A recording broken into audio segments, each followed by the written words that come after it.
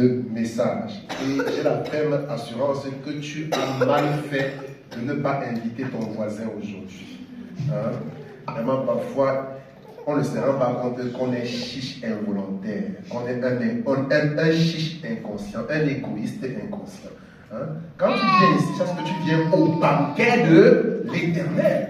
Alléluia. La parole de Dieu est une nourriture spirituelle. La Bible dit, l'homme ne se nourrira pas seulement de pain, mais de toute parole qui vient de la bouche de l'Éternel. Et comme ma femme l'a dit, ici je ne suis qu'un porte-parole. Alléluia.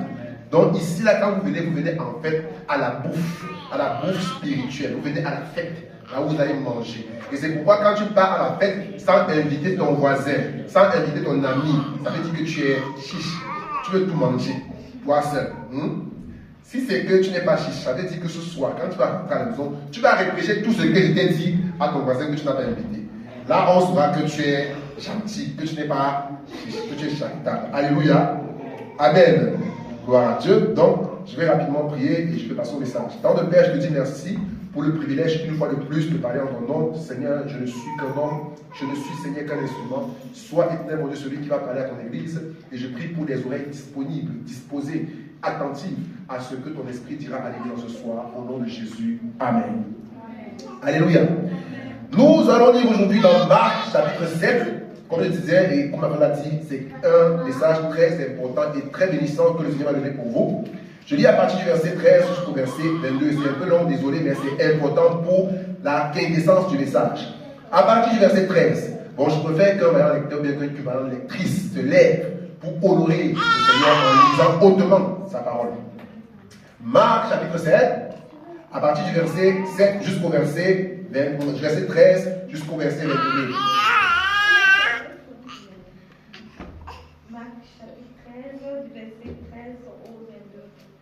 Oui.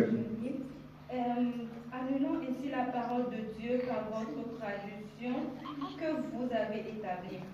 Et vous faites beaucoup d'autres choses semblables. Tout et comprenez.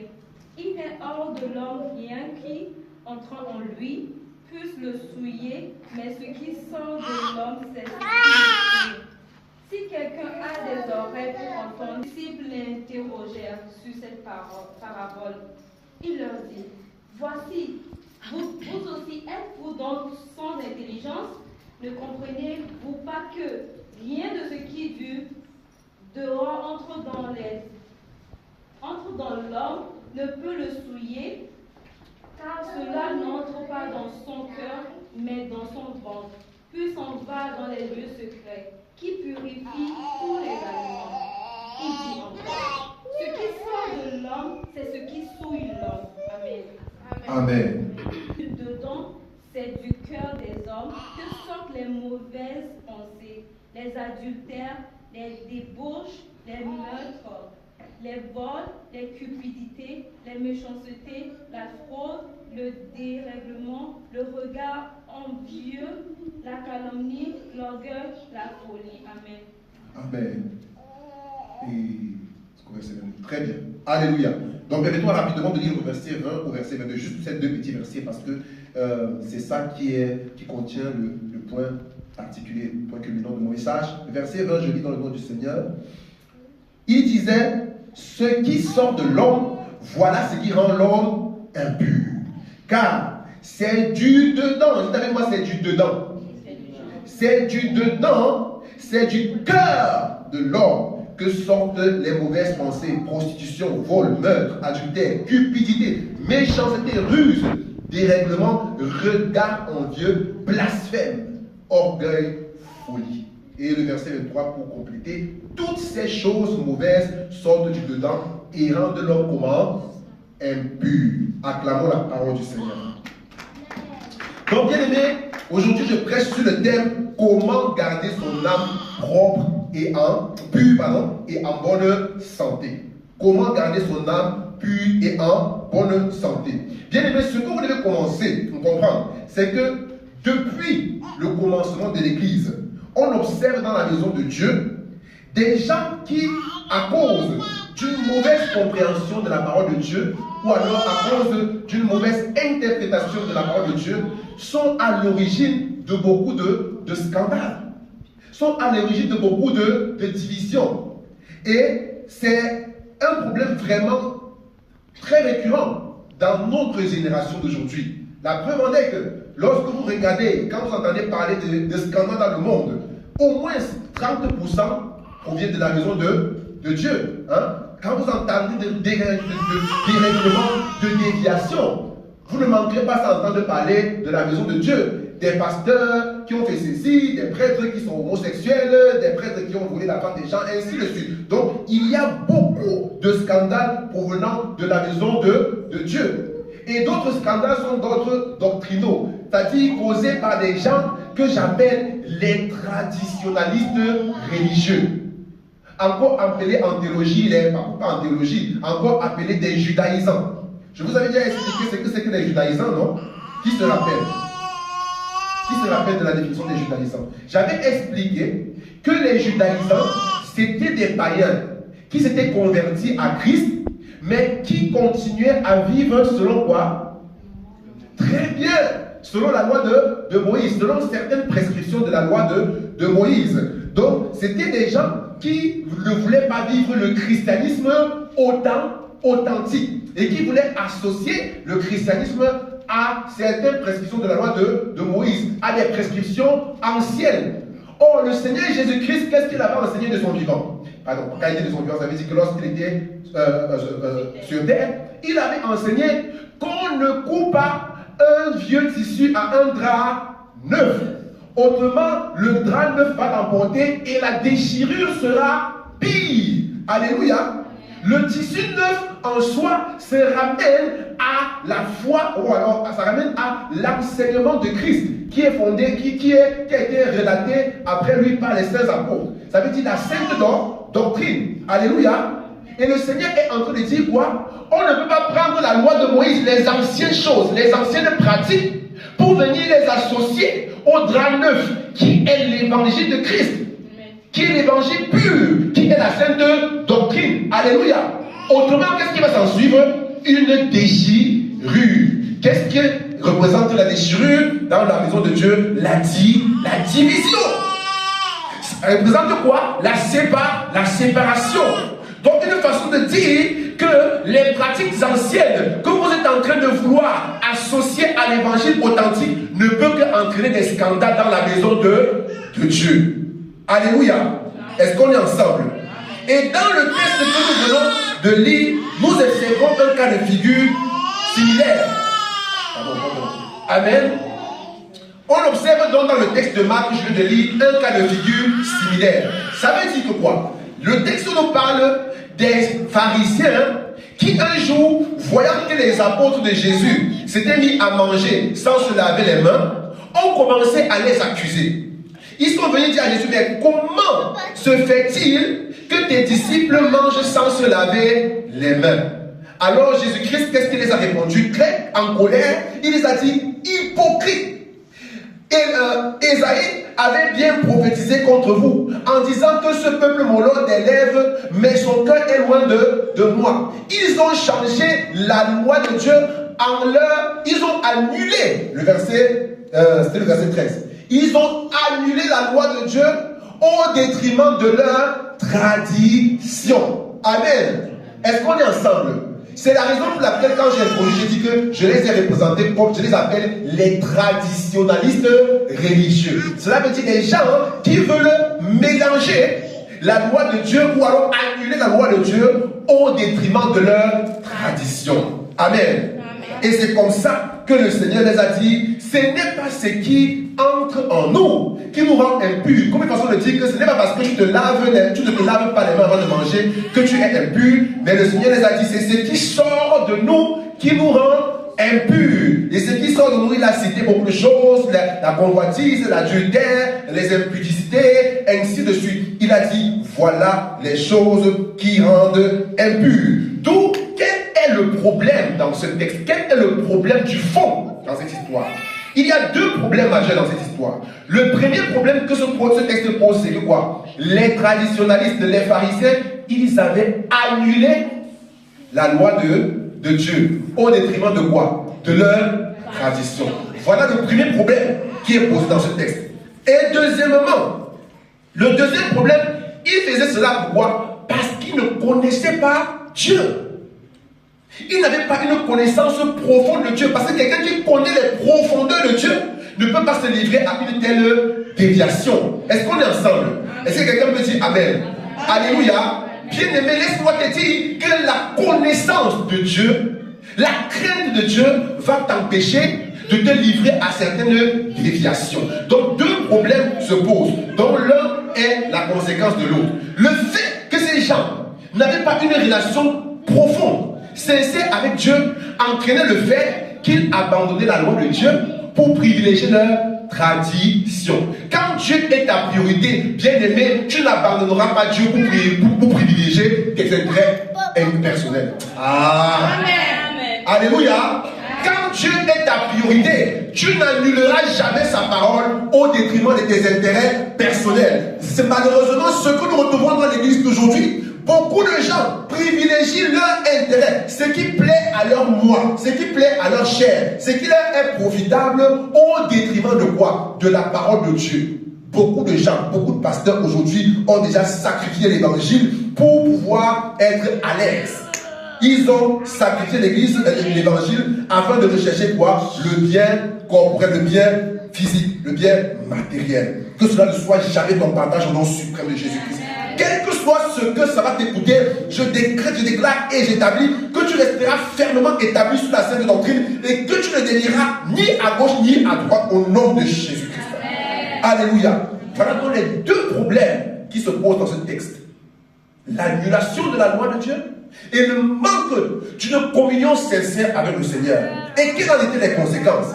Comment est-ce que ces pharisiens se sont comportés? Ils se sont mis à quoi? Critiquer. Ils se sont mis à accuser. Ils se sont mis à avoir des mauvaises pensées. Bien aimé, voilà le résultat. Lorsque tu es un traditionnaliste, alléluia, tu commences à critiquer. Lorsqu'on a des chrétiens traditionnalistes, des traditionnalistes spirituels dans la maison de Dieu, ce sont des gens qui critiquent beaucoup. Lorsqu'on a des gens qui n'ont pas vraiment une relation sincère avec le Seigneur, une communion profonde avec Dieu, ce sont des gens qui accusent beaucoup. Et c'est ce qui s'est passé. Voilà la conséquence des traditionnalistes dans la maison de Dieu. Des gens qui accusent, des gens qui critiquent, des gens qui ont des mauvaises pensées. D'où la question, comment, voilà tout le but de mon message, comment avoir une âme pure, absoute de toute mauvaise pensée? Comment être un homme spirituellement spirituel, ou bien religieusement spirituel et non traditionnellement religieux? C'est Dieu. Comment être un homme religieusement spirituel et non traditionnellement religieux? Alléluia. C'est ce que nous allons rechercher ici. Comment faire pour conserver une âme pure? Comment faire pour conserver des pensées pures? Comment faire pour être spirituellement équilibré dans la parole de Dieu afin de ne pas être effrayé par n'importe quel pharisien qui va venir te dire tu n'as pas fait ceci, tu n'as pas fait cela. Alléluia. Bien aimé, il faut que je vous rappelle une chose. Votre prospérité sociale dépend de l'état de votre âme. Amen. Ton amen m'embête. Tu ne dis pas même parce que je n'ai pas encore compris. Je dis quand même d'abord cela avant de détailler. Ta prospérité, à tout égard, dépend de la prospérité de ton âme. Tu sais pourquoi? Je souhaite que tu prospères à tout égard et sois en bonne santé, comme prospère l'état de ton âme. Bien aimé, si ton âme est malade, il te sera difficile de prospérer. C'est ce que ce texte veut dire.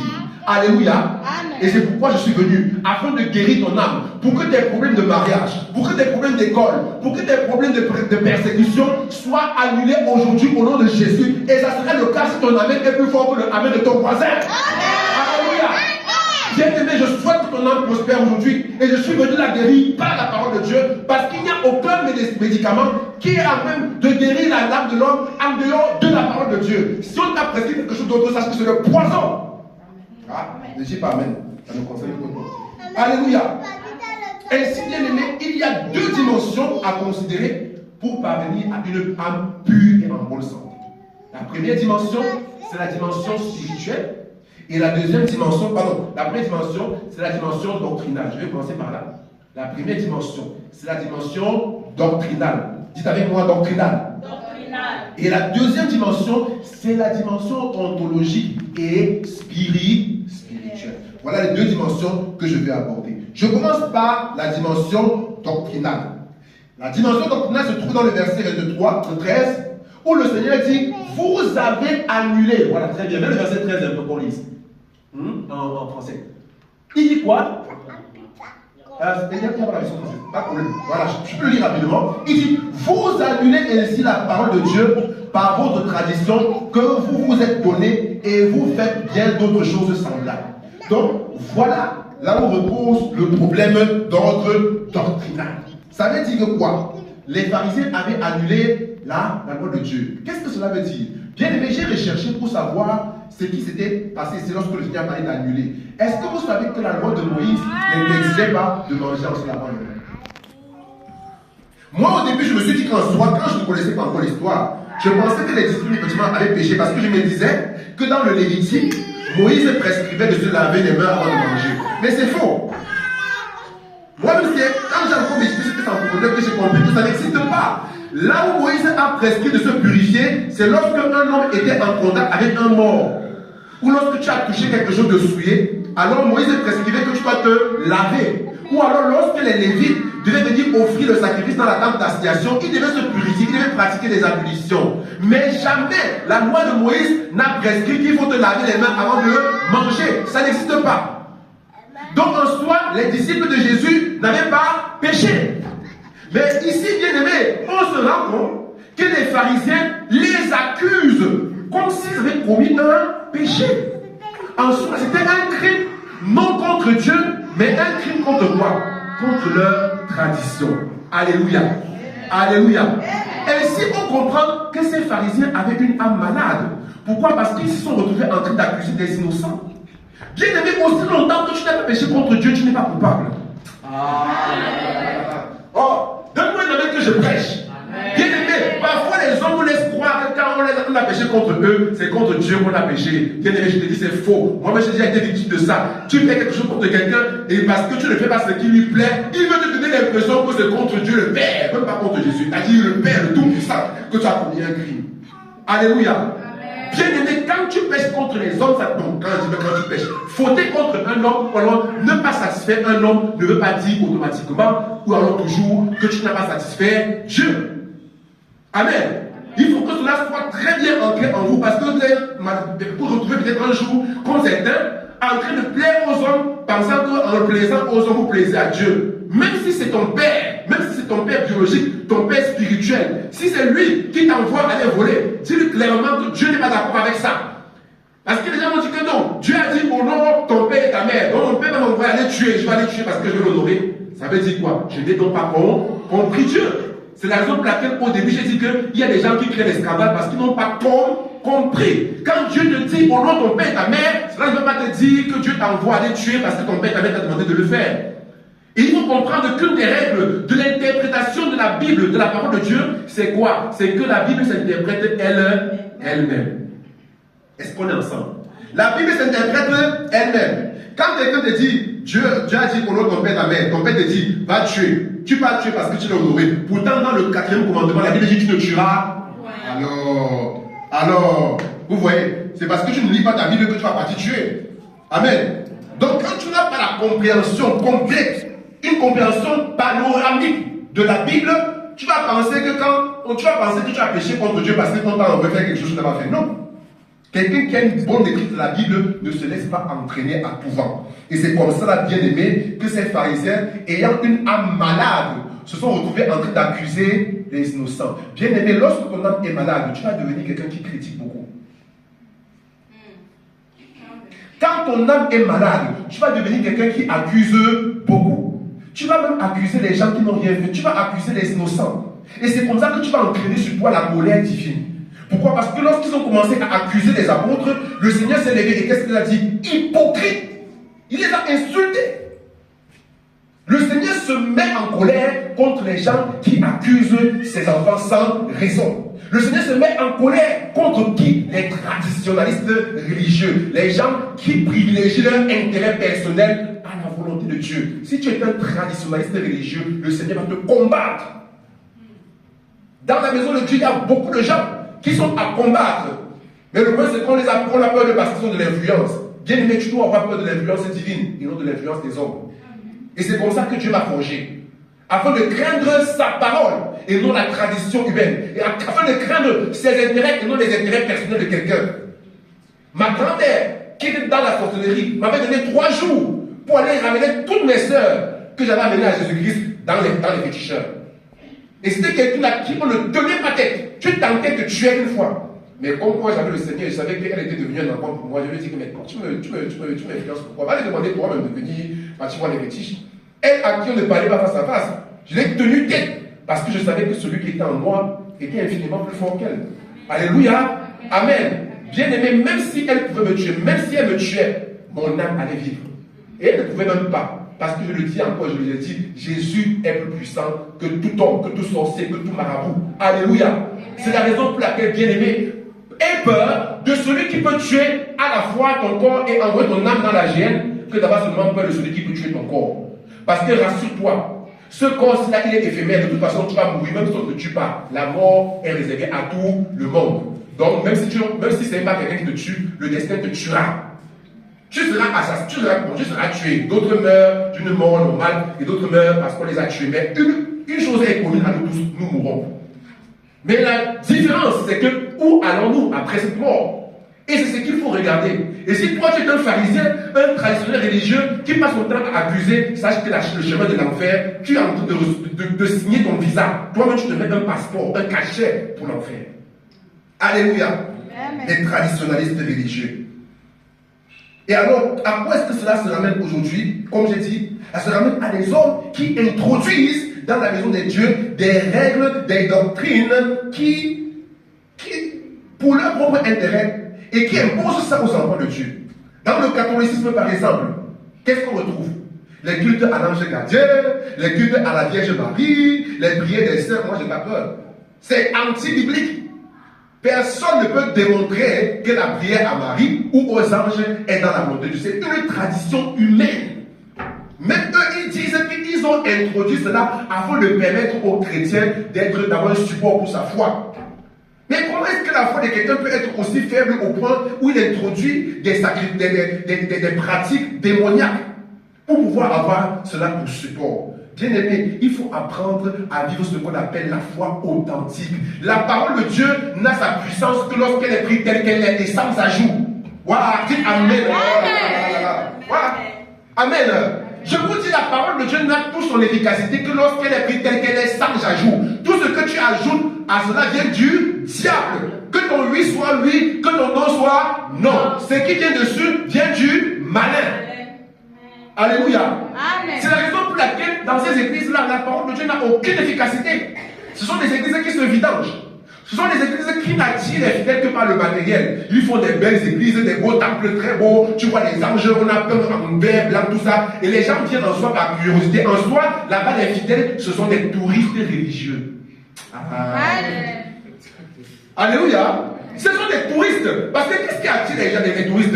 Les grandes statues, la tour Eiffel, les beaux monuments. C'est ça dans ces églises-là. Ils n'ont pas la parole. C'est la raison pour laquelle le seul moyen qui peut les permettre d'attirer les fidèles, c'est de faire du tourisme. De faire des grosses statues, des choses qui vont susciter, qui vont séduire le regard, afin que la foule vienne dire waouh, c'est bien beau. Alléluia.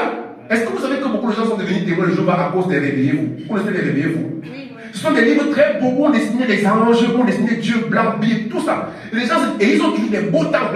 La temple du royaume des témoins de Jéhovah a dit gazonné, blanc, vert, tout ça, multicolore. Comme pour attirer vraiment les enfants de la maternelle, je vous assure. Alléluia. Mais c'est ça, non? Les enfants de la maternelle, qu'est-ce qui les attire? Les livres colorés, non? Ce n'est pas ça? Oui. Alors, bien aimé, il faut dire la vérité. C'est quand on veut attirer les enfants qu'on fait de telles choses. Quelqu'un qui est un peu mature, qui repose du bon sens, ne peut pas courir là-bas dedans parce que c'est peu en blanc. C'est pourquoi le Seigneur Jésus parle de sépulcre blanchi. Ne laissez pas que je m'écarte de mon message. Mais seulement, bien aimé, il faut comprendre une chose. Ce sont des déviations doctrinales graves. Pour garder ton âme pure. C'est pourquoi je vous ai dit, je parle d'abord de la dimension doctrinale. Amen. Pour garder ton âme pure, il faut être attaché à la saine doctrine, la doctrine qui a été léguée par les apôtres. Toutefois, que tu verras une doctrine qui sort de celle qu'ont prêché les apôtres, de celle que tu lis dans la Bible, abstiens-toi, même si c'est le pasteur Cédric. Si à partir d'aujourd'hui je t'enseigne qu'il faut aller avoir des rapports avant le mariage, aller voler la femme de quelqu'un, ça ne dérange pas. Commence à prendre tes bagages, tu sors de cette église. Le diable est déjà en train, quoi. Il te dit la vérité. Pardon, on ne le sait jamais. Bon, moi, ça ne va jamais se passer. Au nom suprême de Jésus, je brise. Alléluia. Mais bien aimé, une fois que tu entres quelque part, comme dit certains pasteurs, qu'on voit un peu là-bas partout, qui prêchent le bâti, écoutez ici, écoutez là-bas avant de te marier là, non. Prends tes bagages, tu pars. Parce que la Bible dit clairement que quand tu lui as donné ton oreille là, tu partiras. Parce que c'est ça, non? C'est celui à qui tu donnes ton oreille qui est ton enseignant. Hein? Alléluia. C'est celui à qui tu donnes ton oreille qui est ton mentor. Et tu vas finir comme lui. Vous savez pourquoi Adam et Ève ont entraîné la souffrance du monde? En fait, cette souffrance, c'est la souffrance qui était liée à celui qu'ils ont écouté. Alors, Waka, donnez-moi la main. Si vous avez la très chère, vous ne pouvez pas payer, donc donnez-moi seulement la main que je prêche. Amen. La souffrance d'Adam et Ève, c'était la souffrance liée à celui qui les a séduits. Donc ça veut dire que quoi? Quand ils ont donné leur oreille au diable et dit Amen à sa prédication, c'est comme ça que la souffrance que lui devait endurer est entrée chez eux. Donc quand toi tu prends ton oreille pour aller donner ça à n'importe quel prédicateur et quand il prêche, tu dis Amen, la souffrance qui est sur lui, ça va venir sur toi. La malédiction qui est sur lui, ça va venir sur toi. Amen. Si tu veux le dire, Amen, ça va t'arriver si tu fais ça. Alléluia. Donc c'est la raison pour laquelle fais très attention à ceux à qui tu donnes tes oreilles. La dimension doctrinale. Nous continuons. La deuxième partie, comme j'ai dit, une mauvaise communion avec Dieu. Une mauvaise compréhension de Dieu. Alléluia. Bien aimé, lorsque quelqu'un n'a pas une bonne connexion avec Dieu, ne vous attendez pas à la magie. Il n'y a pas de feu sans flamme. Lorsque tu ne te rapproches pas de Dieu pour consulter le Seigneur, afin de comprendre ce qu'il y a dans sa parole, tu vas devenir un sectaire. Vous ne comprenez pas le mot secte. Je vous explique. Le mot secte vient du latin secare, qui veut dire séparer. Se séparer. Hein? Et il faut faire une différence entre les sectes et les réformes. Parce que quand on dit séparer, l'église catholique a dit que comme tous les églises sont séparées de nous, ce sont les sectes. Pourtant, ils ne comprennent pas la différence entre une secte et une réforme. Le protestantisme, c'est une réforme chez les catholiques. Ça veut dire que Martin Luther a dit que non, les mauvaises choses, je ne les prends pas, je ne garde que les bonnes. Et il s'est séparé du catholicisme. Là, on ne dira pas qu'il est une secte. Oui, qu'il est une secte, mais en soi, le mot caché derrière secte en ce moment, c'est réforme. Mais il y a ce qu'on appelle les sectes pernicieuses. C'est-à-dire des gens qui se séparent. Pourquoi? Parce que ce sont des déviationnistes. À cause d'une mauvaise compréhension de la parole de Dieu, une mauvaise interprétation de la parole de Dieu, et ils se mettent maintenant à se séparer de l'église. Et en ce moment, on parlera de secte pernicieuse. Et quelle est la cause? C'est parce que ces gens n'ont pas reçu, n'ont pas consulté Dieu pour avoir une révélation pure et authentique venant de Dieu. Ils n'ont pas les profondeurs de Dieu. C'est la raison pour laquelle ils se lèvent poussés soit par l'envie d'être vus, par la soif de dire quelque chose d'extraordinaire, par la soif d'attirer à eux les foules, ils commencent à sortir les fausses prophéties. Ah, vous ne comprenez pas. Bien aimé, il n'y a personne qui se sépare de ce qui est vrai. Si ce n'est pour des raisons d'orgueil, si ce n'est pour des raisons de se faire voir, si ce n'est pour la soif aussi de se faire connaître. Alléluia. Amen. Voilà ce qui est le fond. Et c'est là où on parle d'une âme malade. En ce moment, ton âme est malade. Tu es égaré. C'est pourquoi je vous ai dit, je suis venu vous guérir sur le plan doctrinal, tout comme sur le plan spirituel et ontologique. On viendra tout à l'heure. Amen. Il faut d'abord que vous compreniez le fondement, la doctrine. Donc, j'ai pris 2 points, il y en a beaucoup. Mais je vais juste taper 40 minutes suffisant. La doctrine. Et pour avoir une doctrine saine, ce n'est pas seulement l'enseignement des hommes, mais c'est une communion, une connexion sincère et profonde avec Dieu, où tu pries et dis à Dieu, Seigneur, je veux comprendre au-delà de ce que je lis. Parce que c'est là où les gens s'égarent beaucoup. Les gens lisent dans la Bible le. Ils commencent à interpréter que le-ci, c'est le mis pour le diable. Donc ils font des interprétations fracassantes. Pourtant, parfois, alors il faut des interprétations là où la Bible est simple et là où la Bible est compliquée, ils n'interprètent pas. C'est un peu comme ça. Donc ça veut dire qu'il leur manque de fondement. Or, là où tu reçois une formation sûre et inébranlable, c'est dans le secret. D'abord, je dis bien d'abord parce que ce n'est pas seulement ça. Dans le secret, lorsque tu te rapproches de Dieu et pleures et désires comprendre davantage, c'est ça les conditions de la croissance. Un désir de comprendre. Un désir ardent de comprendre. Tu viens vers Dieu, tu dis Seigneur, enseigne-moi, je ne comprends pas. C'est alors que le Seigneur va ouvrir des portes et tu vas rencontrer des gens qui vont t'aider à t'orienter, à canaliser ton don et à améliorer tes connaissances. Alléluia. Mais par contre, ces gens qui se lèvent et qui n'ont pas de communion avec Dieu, la plupart d'entre eux, ce sont des rebelles. Ils veulent parvenir à la grandeur sans passer par le brisement. Ah là là là là là là là là. Oh, la graine tombée en terre ne porte du fruit si elle ne... Merci Bénédicte, applaudissez d'abord pour Bénédicte. Parce que vous l'avez répondu comme les gens qui ne lisent pas la Bible. Oh là là. La graine tombée en terre ne porte du fruit si elle meurt. C'est quoi la mort? Le brisement. Mourir à soi-même. Mourir à son orgueil. Mourir à sa méchanceté, à ses mauvaises pensées. Ton âme n'est pas prospère. Ton âme ne réussit pas. Tu n'es pas quelqu'un d'influent parce que tu n'es pas mort. Et quelqu'un qui n'est pas mort est quelqu'un qui est malade en soi. Sur le plan spirituel, c'est fort, n'est-ce pas? C'est pourquoi vous dites pas Amen. Je vais expliquer. Mais je vous le dis encore, quelqu'un qui spirituellement n'est pas mort, c'est quelqu'un qui est malade. C'est quelqu'un dont l'âme est impure. Mais lorsque quelqu'un meurt à lui-même, son âme pure, il devient pur. Vous comprenez ce que je vous dis, n'est-ce pas? C'est spirituel, je sais, je vais expliquer. Bien aimé, quand on dit que tu n'es pas mort au sujet de l'orgueil, ça veut dire que tu es un orgueilleux. Quand on dit que tu n'es pas mort au sujet du mensonge, ça veut dire que tu mens. Alléluia. Donc ça veut dire que aussi longtemps que tu n'es pas mort à ton vieil homme, ton âme est malade.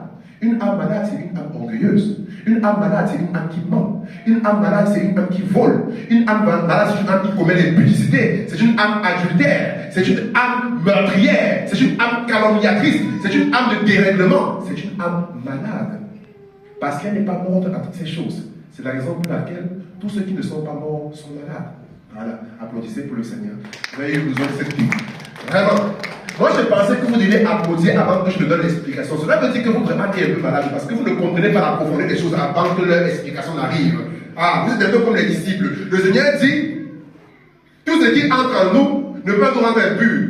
Et eux, au moins, ils sont moins intelligents. Bon, c'est pas très vous mourrez aborder après. Ils ont attendu que tout le monde parle, qu'on ne dise pas que mais eux, ils sont à côté de lui, ils ne comprennent même pas ce que lui explique. Et c'est comme ça que, quand les gens sont partis, ils sont venus à la maison tout azimés. Ils disent, ah, attendez d'abord, il n'y a personne. Ok, Seigneur, dis-nous, qu'est-ce que c'est que tu disais? Ça voulait même dire quoi? On était perdus. Hein? Ils étaient malades. Manque de connaissance, manque de compréhension. Je prie pour vous afin que vos yeux spirituels et vos oreilles spirituelles s'ouvrent pour qu'avant que les choses ne soient détaillées, que vous les ayez perçues au nom suprême de Jésus-Christ. Alléluia. C'est ça qui fait la différence entre une âme prospère et une âme malade. Elle perçoit les choses avant qu'on en donne l'explication. Les amens timides, amens malades, applaudissements malades, tout est malade. Que le Seigneur vous guérisse au nom de Jésus. Alléluia. Bien-aimés, ayez une connexion forte avec le Seigneur. Et une âme forte avec le Seigneur. Parce que sachez-le, des gens qui ont l'âme malade vont entraîner plus dans leur chute. Alléluia.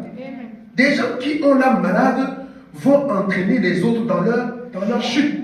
Quand tu n'es pas quelqu'un qui est mort à toi-même, quelqu'un qui a une très bonne connexion avec le Seigneur, tu vas tomber dans les déviations, dans les hérésies. Parce que quand tu n'es pas mort, tu n'es pas humble. Et quand tu n'es pas humble, tu ne vas pas te soumettre pour aller apprendre de quelqu'un. Et quand tu ne vas pas te soumettre, tu vas te mettre à apprendre par toi-même, par ton instinct. Parce que l'homme qui n'est pas mort à lui-même, c'est un homme animal.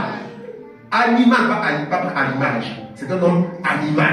Amen. L'homme qui n'est pas mort à lui-même, c'est un homme animal. Et quand tu es un homme animal, tu ne peux pas faire les choses de l'Esprit de Dieu. Tu vas égarer. Et c'est pourquoi les hommes qui ne sont pas morts à eux-mêmes, les gens dont l'âme n'est pas guérie, ce sont des gens égarés. Et la Bible dit que un fou, un aveugle ne peut pas conduire un aveugle. Autrement, tous les deux vont se retrouver où? Dans la fosse. Et c'est comme ça que ça se passe. Plusieurs avec l'âme malade et aveuglée essayent de conduire la masse. Et c'est comme ça qu'ils entraînent la masse dans la fosse. Alléluia. Bien-aimé, je prie pour toi afin que tu ne sois pas un leader de la fosse. Afin que tu ne sois pas un leader qui envoie les gens vers les ténèbres. Mais que tu sois quelqu'un qui sort les gens des ténèbres pour la lumière au nom suprême de Jésus-Christ. Christ. Je pensais que ton Amen et des applaudissements allaient être plus forts que ceux de ton voisin. La Bible dit dans Matthieu 23, verset 15 à 28, malheur à vous, spécialistes de la loi et pharisiens, hypocrites, parce que vous parcourez terre et mer pour convertir une seule personne. Et une fois que vous l'avez converti, vous en faites quelqu'un digne de la gêne, 1000 fois plus pire que vous. 2 fois, pardon, plus pire que vous. Est-ce que vous comprenez? Malheur à vous, pharisiens et hypocrites, et spécialistes. Vous cherchez à convertir, c'est-à-dire quoi? Vous évangélisez. Mais lorsque vous finissez d'évangéliser, vous faites de cette personne que vous avez convertie quelqu'un digne de l'enfer 2 fois plus pire que vous. Pourquoi? Parce que lorsque vous partez évangéliser sans être vous-même affermi, vous commencez à évangéliser, les gens pensent que vous avez quelque chose de bon à leur donner. Mais une fois qu'ils viennent à vous, vous les transformez par votre mauvaise âme en une personne négative, puisque vous-même vous n'êtes pas mort, et on ne peut donner que ce qui est en soi. Amen. Amen. Vous ne connaissez pas le principe de la communication spirituelle. Ça va toucher, ça va l'impression. Quand tu veux édifier quelqu'un spirituellement, ce n'est pas par la chair, mais c'est par l'âme. Les édifications spirituelles, c'est une communication de l'âme. C'est la raison pour laquelle quelqu'un peut être à côté de toi sans même que tu aies enseigné quelque chose, un jour il se met à faire comme toi. Parce qu'il y a des communications de l'âme, d'esprit qui se passent. L'esprit qui est en toi va sur la personne qui est à côté de toi. Moi, le pasteur Didier, l'apôtre Didier, il ne m'a pas appris à prêcher. Je l'ai vu faire. Et moi, je me suis assis, j'ai prié, le Seigneur m'a aidé. Et j'ai commencé à faire comme lui. Est-ce que vous comprenez? Il ne m'a jamais dit que pour commencer à prêcher, dit introduction. Encore je ne n'aurais jamais rien. J'étais seulement à côté de lui comme ça. Il y a des communications spirituelles qui se passent. Amen. Donc, ce qui fait que toi, tu as une âme malade, hypocrite, mensongère, criminelle. Et tu pars convertir quelqu'un. Et maintenant, tu veux le faire asseoir à l'église. Tu dois maintenant le nourrir. Tu dois l'encadrer. Et c'est là où les choses commencent à devenir, comment dire, dans le manche pas intéressant.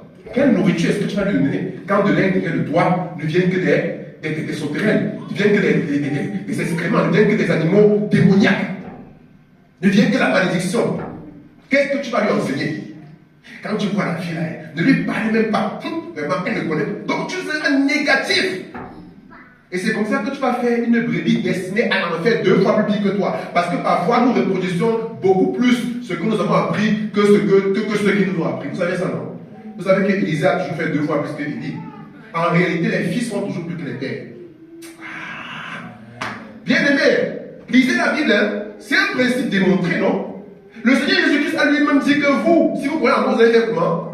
Plus que moi. Un fils qui ne fait pas plus que son père n'a pas été un fils. N'a pas été un vrai fils. Moi, aujourd'hui, mon père joue la guitare, mais je joue plus que mon père. Je chante plus que mon père. Parce que j'ai regardé, j'ai appris, et j'ai vu comment est-ce qu'il faisait. Mais il faut maintenant que j'aille au-delà. Parce qu'aujourd'hui, la technologie et tout ce qui est autour de moi me permettent de m'améliorer mieux que lui. Le temps qui évolue te donnera toujours les possibilités de faire mieux que les gens passés. Aujourd'hui, on a des ordinateurs, on a des choses pour faire des machines, des tracteurs. On ne cultive plus le champ avec la roue, mais avec des tracteurs. Donc, ce qui fait qu'aujourd'hui, si toi tu ne parviens pas à faire sanction en un jour, ne pense pas que tu es meilleur que ton père qui faisait un sion en une semaine. Amen. Je ne sais pas, j'ai l'impression que j'ai élevé le niveau très haut et peut-être qu'il faut que je descende. Je ne sais pas comment les redescendre, c'est difficile. Alléluia. Amen. Bien-aimé, tu es appelé à être plus que tes pères et non à être plus médiocre. C'est la raison pour laquelle le Seigneur Jésus-Christ est en train de te dire que sache que les choses que vont faire les gens que tu as convertis, les gens à qui tu as prêché l'évangile, ce seront les choses qui viendront de toi. Et si ce sont des bonnes choses qui viennent de toi, ils feront des choses encore plus bonnes. Mais si ce sont des mauvaises choses, ils feront des choses encore plus pires. Et c'est pourquoi il est impératif d'avoir une âme en bonne santé. Il est impératif parce que c'est cela que tu vas communiquer à tes enfants. C'est cela que tu vas communiquer à ton entourage. C'est cela que tu vas communiquer à ta famille. Tu ne peux pas influencer positivement ta famille, ton entourage, si tu as une âme malade. Si tu es quelqu'un de toujours négatif.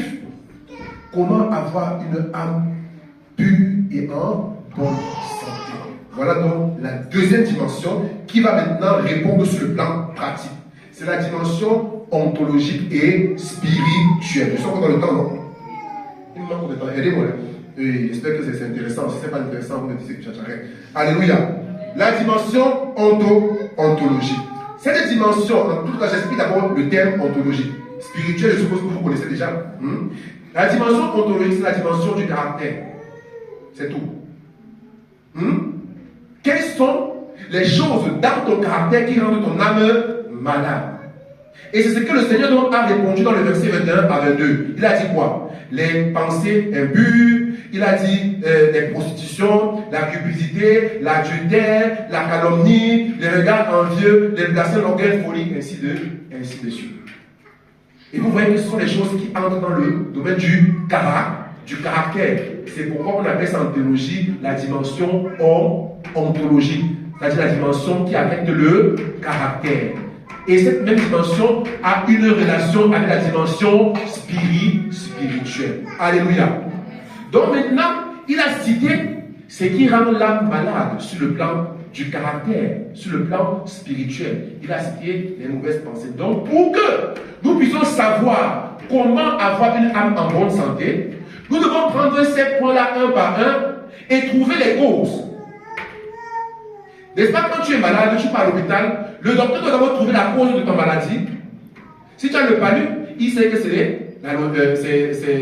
as été mordu par les moustiques. Il sait aussi que c'est un problème de saleté. Et maintenant, il va connaître quel est le remède approprié. Parce que si tu pars, tu as le palu et il te donne le sérum antivenimeux, il est hors sujet. Alléluia. Donc, il est important d'identifier la cause. Amen. Avant de donner un remède qui est approprié à ce problème. Je vais commencer. Là, les mauvaises pensées. Voilà les problèmes, le premier problème qu'il a cité. Je vais aller rapidement parce qu'on a passé le temps. Les mauvaises pensées. Les mauvaises pensées, de façon générale, sont le fruit de quoi? En général, pas en particulier, parce qu'il y a beaucoup de points. J'ai cité quelques points. Les blessures. Il y a les blessures, il y a la dépression, il y a les désirs qui ne sont pas satisfaits, et il y a les échecs. Il y en a d'autres points, mais je peux m'arrêter là. Je commence par les blessures parce que c'est le cas le plus fréquent dans la maison de Dieu. Dans la maison de Dieu, nous sommes des couteaux, des épines qui passent notre temps à nous entreblesser. Ce n'est pas vraiment facile. Mais bien aimé, c'est une vérité. C'est la réalité dans la maison de Dieu. Et je bénis Dieu pour l'église, non pas parce qu'ici là, il n'y a pas d'épines. Je n'en vois pas encore. Et je prie que ça reste comme ça au nom suprême de Jésus. Amen. Même si c'est Abraham, c'est encore bon. Alléluia. Mais je prie pour que vous devenez meilleurs. Amen.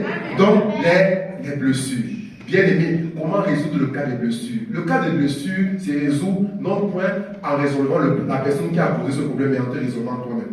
Si tu ne parviens pas à avoir les bonnes pensées parce qu'on t'a blessé, cela veut dire qu'il y a encore en toi un moi qui n'est pas totalement mort. Amen. Amen. Bien aimé, la preuve que tu es parvenu à la maturité, c'est ta capacité à être insensible aux blessures qu'on te fait. Amen. On est d'accord, on n'est pas d'accord. Vous êtes sûr que avec vous dites là, vous êtes convaincu? Ma soeur, tu es d'accord? Tu comprends le français? Ah, ok. Tu viens d'où? Tu es ici? Ok. Avec le péché de français, c'est je vois. Ok. Amen. La preuve que tu es mort, la preuve que ton âme est mature, que ton âme est guérie, c'est ta capacité à être insensible à des blessures. Je dois avouer que c'est un défi que moi, je suis en train de travailler en moi chaque jour. Pourquoi? Parce que les blessures ont des différentes formes. Hier, on t'a insulté. Moi, par exemple, je suis quelqu'un que si tu m'insultes live, tu ne perds ton temps. Nul et sans effet. Parce que moi, Dieu m'a formé avec quelqu'un qui est même très proche, qui m'a insulté dans tous les mots. Parfois, je me disais même que où est-ce qu'il a pris les mots là? Il n'y a pas ça dans le dictionnaire pour m'insulter avec comme ça. Donc, tu ne peux pas dire un mot pour m'insulter que je n'ai pas déjà entendu. Et c'est pourquoi je suis blindé. Mais il y a d'autres qui sont des blesseurs sans parole. Ils ne te parlent pas, mais ils te blessent. Ils agissent d'une certaine façon qui te blesse. Et ils sont imprévisibles. Ce sont des petits démons très malins. Ils sortent des stratégies tous les jours pour te blesser. Donc, ce qui fait que tous les jours, tu dois opter une nouvelle stratégie pour résister aux blessures. Et c'est le cas dans lequel je suis, par exemple. Alléluia. Parce que quand je suis guéri à une telle qualité de blessure, une autre apparaît. Ce n'est pas facile. Ça, il faut le dire. Amen. Le remède de la blessure, afin de ne pas avoir de mauvaises pensées, c'est vraiment premièrement la prière. Demandez au Seigneur la force. Parce qu'il y a des choses que par ta propre force, tu ne peux pas. Et même d'ailleurs, nous ne pouvons rien sans l'Esprit de Dieu. Amen. Mais il faut que vous compreniez une chose bien aimée. Quand tu es quelqu'un qui est connecté constamment avec Dieu, il va te communiquer son esprit. Oh, l'Esprit de Dieu te donne une certaine grandeur. Amen. Vous savez pourquoi est-ce que jusqu'aujourd'hui Dieu n'a pas écrasé Satan? Pourquoi est-ce que jusqu'aujourd'hui Dieu n'est pas revenu? Est-ce que vous ne voyez pas comment est-ce que les démons insultent Dieu? Vous ne voyez pas comment est-ce que les satanistes insultent Dieu? Pourquoi est-ce qu'ils restent toujours en vie? Pourquoi est-ce que les démons sont toujours vivants? Pourtant, eux, ils blasphèment jour et nuit le nom de Dieu. Alléluia. Bien-aimé, Dieu a un cœur. Pour que tu parviennes vraiment à le blesser jusqu'à ce qu'il s'élève, c'est difficile. Pourquoi? Parce que c'est quelqu'un qui est, comme on dit, il est la plénitude de la maturité. Alléluia. Il est la plénitude de la maturité. Inébranlable. Tu insultes, mais il est calme. Il est posé. Il sait que tu vas payer pour ça. Mais son cœur a dépassé je vais lui rendre à tout prix. Non, il est parti au-delà de ça. C'est la raison pour laquelle la méthode la plus facile, c'est d'être constamment en connexion avec lui. Afin qu'il te communique cette force. Pour que tu sois en même de résister. Et de ne pas demander vengeance à chaque fois que quelqu'un dit Alléluia. Parce que c'est malheureusement ce qui nous arrive. Nous sommes prompts à dire à Dieu, lève-toi, prends l'épée, le grand et le petit, décapite-moi la tête de ce pécheur parce qu'il m'a blessé. Alléluia. Je prie que le Seigneur te donne la capacité de résister aux blessures au nom de Jésus. Amen. Alléluia. Les blessures se résout par la prière, par la présence de Dieu. Et deuxième aide, je ne vais pas finir, deuxième méthode par le dialogue. Alléluia. Parfois nous préférons garder les choses dans notre cœur et les accumuler que d'aller vers la personne et dire écoute-moi, voici ce que tu as fait, ce n'est pas bien, ça ne m'a pas aidé, tu aurais pu faire peut-être comme ça m'aurait aidé parce que hier je n'ai pas bien donné à cause de ce que tu m'as fait. Et parfois vous allez vous étonner que la personne ne savait même pas qu'elle vous avait blessé en agissant comme ci ou comme ça. Et on se dit ouais, pardon, vraiment désolé, ainsi de suite. C'est comme ça. Parfois le diable crée des problèmes là où il ne devait même pas en avoir. Alléluia. Le dialogue. C'est vrai par contre qu'il y a des gens que quand tu viens les parler, ils multiplient maintenant la blessure par deux. Alléluia dit que quand quelqu'un fait comme ça là, va voir le pasteur. S'il continue à adoucir, livre-le à Satan et prends ton chemin. Considère-le comme un païen. Alléluia. Amen. Donc c'est comme ça. Mais toujours est-il le dialogue. Bien aimé, apprenez à causer. Il y a un frère qui, dans l'église, qui a passé là quelques jours, il a eu une réaction qui m'a vraiment empêché de bien dormir. Pourquoi? Parce que moi, personnellement, je ne suis pas quelqu'un de paresseux. Donc l'impression qu'il m'a donnée, c'est que je ne suis pas quelqu'un qui prend l'œuvre de Dieu en cœur. Moi, j'ai dit, mais c'est pas possible, c'est impensable. Moi, c'est vrai. J'ai dit, je ne peux pas bien aimer. S'il y a quelque chose que tu ne dois pas faire pour me blesser, c'est de me convaincre que je ne prends pas l'œuvre de Dieu au sérieux. Pour moi, c'est la plus pire des choses que tu peux me faire. L'une des plus pires des choses. Moi, Cédric. Non, désolé. Là, il avait touché vraiment pas mon ego, mais là où il ne fallait pas toucher. Ça m'a vraiment dérangé. Alléluia. Parce que moi, je sais les sacrifices que je fais pour le Seigneur. Même si c'est peu, même si c'est moins que ce que lui fait. Chacun fait par rapport à la force que Dieu lui a donnée. Amen. Ne méprise jamais les efforts de quelqu'un. Même si tu vois qu'il est faible, ne méprise pas ses efforts. Ça m'a beaucoup blessé. Mais moi, je l'ai appelé. Je lui ai dit, mon frère, écoute, ce que tu as dit n'était pas à sa place. Je n'ai pas voulu entrer dans les détails. Et je lui ai même montré que lui, il faisait même parfois pas. Qui m'a reproché pour quelque chose que lui faisait. Amen. Parfois, nous reprochons beaucoup les gens, mais pourtant, nous, si Dieu nous met notre cahier devant nous, nous allons rendre compte que nous sommes plus pires que ces gens. Alléluia. Il faut causer. Quand je lui ai dit ça, il a dit, là, il est vraiment désolé, papa le malheur. J'ai dit, ok, ça va. C'est passé. Et moi, ça m'a guéri. On s'est vu, on s'est embrassé, il n'y a pas de problème. Le dialogue. Je cours un peu. Si je finis, c'est pas grave, on va finir la prochaine fois. Je prends dans le deuxième point. Oui, il y a aussi les désirs. J'ai commencé à quelle heure? Je ne veux pas dépasser. Parce que quand je vois là, c'est beaucoup et je ne veux pas courir. Hein? J'ai commencé à 45, c'est ça, n'est-ce pas? 45, et ça veut dire que, bon, je suis déjà dans le temps. Bon, je vais parler juste de l'adultère et ça va. Je vais continuer la prochaine fois. Donc, j'ai parlé aussi des désirs qui n'aboutissent pas. Des causes de mauvaise pensée. Parfois, lorsque tu es là, tu veux te marier, ça ne marche pas. Tu veux faire ton école, ça n'avance pas. À un moment, ça te rend nerveux. Ça te rend aigri. Tu es disposé à avoir des pensées impures. Amen. Tu es disposé à rien de négatif. Je sais que Thérèse, quand elle me voit comme ça, est-ce que le gars n'a pas le même de quoi? Moi, j'ai réussi tout mon école. Je suis pas. Oui, tu es béni. Mais tout le monde n'est pas la même grâce, c'est clair. Oh là là, c'est clair. Applaudissez pour clair les bras. Amen. Mais moi, désolé, c'était mon cas. Hein? Donc ça m'a bien pris. Parce que voilà, j'ai cherché ma femme, je ne voyais pas. Je voulais réussir à l'école, je ne voyais pas. Hein? Rien ne marchait. Alléluia. Il y a des périodes noires de la vie, bien aimé. Et c'est une période où franchement j'étais négatif. Très négatif. Je n'étais pas disposé à faire le bien. Je n'aimais pas, je ne voulais pas aimer. J'étais tellement fâché. Fâché contre Dieu, fâché contre moi, contre tout le monde pour rien. Et c'est comme cela que les pensées impures étaient toujours à ma porte. Alléluia. Et c'est ça qui mine aussi la gloire de Dieu aujourd'hui. Bien aimé, ne rends pas les enfants de Dieu responsables de tes problèmes.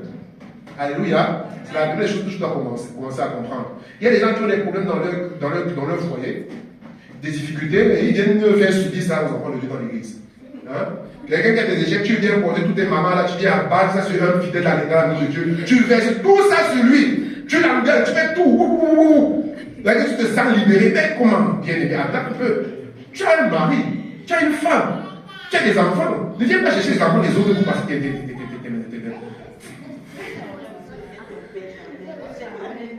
Que Dieu nous aide. Alléluia. Bien aimé. Hein? Que le Seigneur nous aide. Amen. La meilleure chose, la meilleure façon de faire, c'est d'aller déposer tout ça à la croix.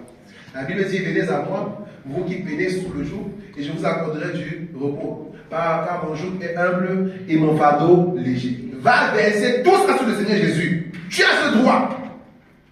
C'est lui qui a demandé, ce n'est pas moi qui t'envoie. Va, tu te plains, tu dis que je suis fâché contre toi, je ne veux plus parce que vraiment, je n'ai pas fait tout ça sur lui, mais ne viens pas faire ça sur moi. Ne viens pas faire ça sur les enfants de Dieu. Alléluia. Parce que ceux de ces plus petits de mes frères, contre qui vous l'avez fait, c'est contre moi que vous avez fait cela. Mais lorsque vous venez contre lui directement, vous n'avez rien fait de mal, parce que c'est lui qui vous envoie sur lui. Ah, ne sais pas, amen. Je n'ai rien dit de mal, c'est lui qui a dit, j'ai pris sa parole, je vous ai retransmis ça fidèlement. C'est lui qui dit, venez à moi. C'est vrai qu'il n'a pas dit, venez contre moi. Mais il dit quand même, venez à moi, vous qui êtes sur le jour de l'échec. Vous qui cherchez les mariages, vous ne voyez pas. Vous qui le fréquentez, vous ne réussissez pas. Venez à moi. Venez déverser ça sur moi. Arrêtez de déverser ça dans l'église. Et c'est comme ça qu'à cause de vous, les gens sortent de l'église. Parce que les gens disaient dans le monde, c'était mieux. Une fois que je suis encore dans le monde, j'ai vu le diable. Ah, vous ne croyez pas?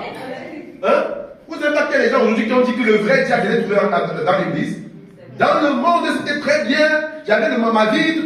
Mais quand je suis monté, les gens dont les pensées ont traversé la limite des pensées impures, donc ils sont passés de l'autre côté. Même Satan a dit, ceux-là, non, ils m'ont dépassé. Les gens disent que j'ai trouvé ces gens-là où? À l'église. Les plus grands hypocrites, je les ai trouvés où? À l'église. Alléluia.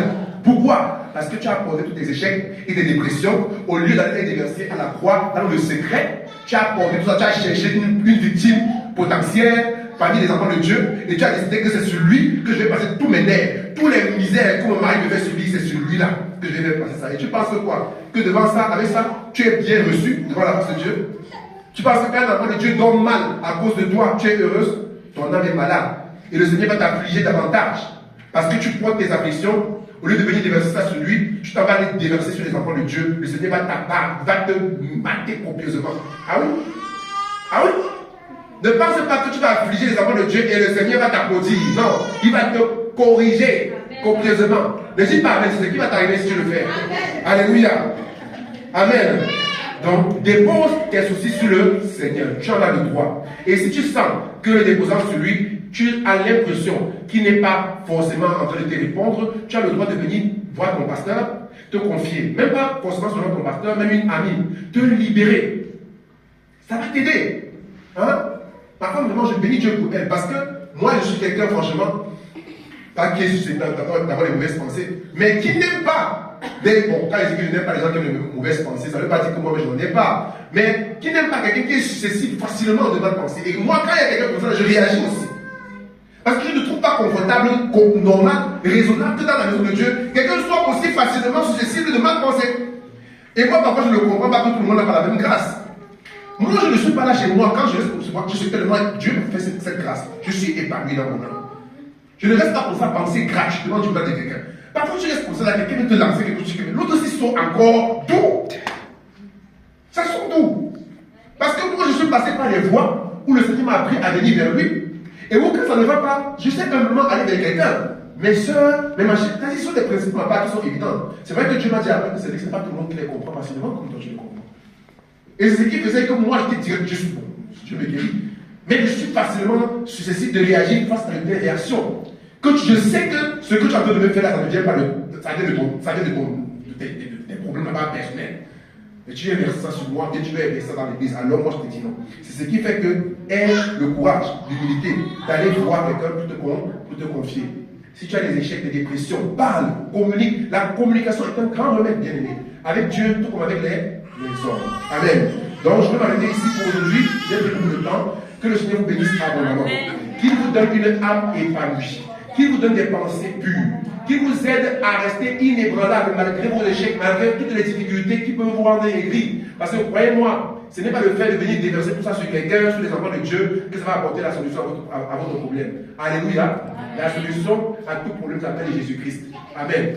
Et s'il ne te donne pas la solution à l'instant T, attends-la. Elle viendra certainement. Amen. Que le Seigneur vous bénisse abondamment. Donc, je vais vous prier.